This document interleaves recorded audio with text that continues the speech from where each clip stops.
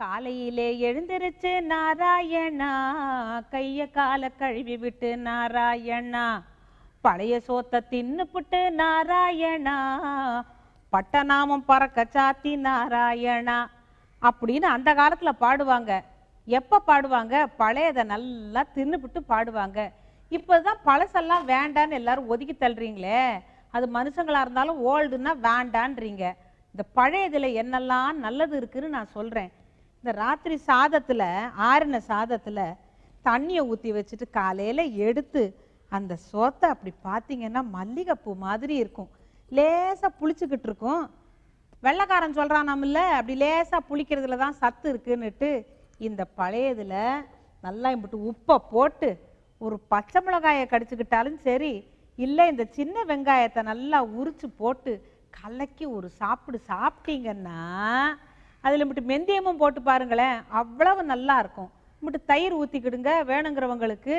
கட்டி தயிர், கெட்டி பழையது, இம்புட்டு வெங்காயம், ஒரு பச்சை மிளகா தொட்டுக்கிட இதை வச்சிருக்கிறேனே.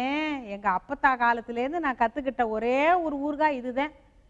உப்பு நார்த்தங்கான்னு சொல்லுவாங்கல்ல, உப்பு நார்த்தங்காய் இதுதான். இதையும் தொட்டுக்கிட்டு சாப்பிட்டீங்கன்னா நல்லா செரிச்சிடும். ஆனால் உடம்புக்கு அவ்வளவு நல்லது. சொல்லுவாங்க பெரியவங்க, ஆத்து நீர் வாதம் போக்கும், அருவி நீர் பித்தம் போக்கும், சோத்து நீர் ரெண்டும் போக்கும்னு சொல்லுவாங்க. ஆமாம், ஆத்து நீர் வாதம் போக்குன்னா எங்கே போகிறது?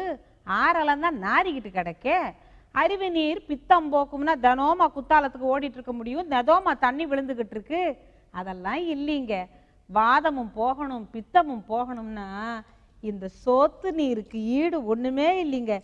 இந்த கஞ்சியை மிஞ்சினது எதுவுமே இல்லைங்க. சூப்பர் கஞ்சி இதுதான். உடம்புக்கு அவ்வளவு நல்லது. அப்பா இலசுகளா பசங்களா, காலையில் எழுந்து காப்பியை குடிக்கிறீங்களே, உங்கள் காலேஜுக்கு போகிறதுக்கு முன்னால் இம்புட்டு பழையதை சாப்பிட்டுட்டு போய் பாருங்க. அப்புறம் பார்க்குற குட்டியெல்லாம் பாடும், தேக்கு மரம் உடலை தந்தது, சின்ன யானை நடையை தந்தது, பூக்கள் எல்லாம் சிரிப்பை தந்தது, பொன்னல்லவோ நிறத்தை தந்தது, விட்டேண்டி ஆசையனா விளாம்பழத்து ஓட்டோட, தொட்டேண்டி திருநீர மத்த ஆசை விட்டோட அப்படின்னு பெருசுகள்லாம் பாடும். இந்த விளாம்பழம் பார்த்துருக்கீங்களா? நல்லா பழுத்துருச்சுனாக்கா உள்ள கொட கொட கொட கொடன்னு ஆடும். பழுத்துருச்சுன்னா ஓட்டில் ஒட்டாது, தனியாக இருக்கும். அந்த மாதிரி தான் நம்மளை மாதிரி வயசானவங்க ஒதுங்கிடணும். குடும்பத்தில் இருக்கலாம், ஆனால் நொச்சு நொச்சு நொச்சுன்னு அவங்கள போய் பிடுங்கிட்டு இருக்கக்கூடாது. தனியாக இந்த விளாம்பழம் மாதிரி பழுத்துடணுங்க, அதுலேயே இருக்கணுமுங்க. இந்த நல்ல பழுத்த விளாம்பழத்தை எடுத்து ஓட்டை உடச்சி இந்த உள்ளே இருக்கிறத மட்டும் எடுத்தீங்கன்னா, நாறு ஈரெல்லாம் இருந்துச்சா எடுத்துருங்க. அதில் இவ்வளோ வெல்லத்தை போட்டு நல்லா பெனஞ்சு தின்னீங்கன்னா ஆஹா அவ்வளவு அமிர்தமாக இருக்கும். அது ரொம்ப நல்லதுங்க ரத்த விருத்திக்கு. இந்த விளாம்பழமே என்ன சொல்கிறாங்க, இரும்பு சத்து அது நிறையா இருக்குதுன்னு சொல்கிறாங்க. இனிப்பா இப்படியும் சாப்பிடலாம். இல்லாட்டி இந்த விளாம்பழத்தை அப்படியே வாங்கி அடுப்பில் போட்டுருங்க, பட்டுன்னு வெடிக்கும். நல்லா வெந்ததும் பட்டுன்னு வெடிக்கும் இல்லை. அந்த உள்ளே இருக்கிற விழுதை எடுத்து கொஞ்சம் புளி மிளகா இம்பிட்டு சீரகம் கூட வச்சுக்கலாம், உளுத்தம்பருப்பெல்லாம் நல்லா வறுத்துட்டு அரைச்சி துவையலாக சாப்பிட்டு பாருங்க, பித்தம் ஓடியே போயிடும்.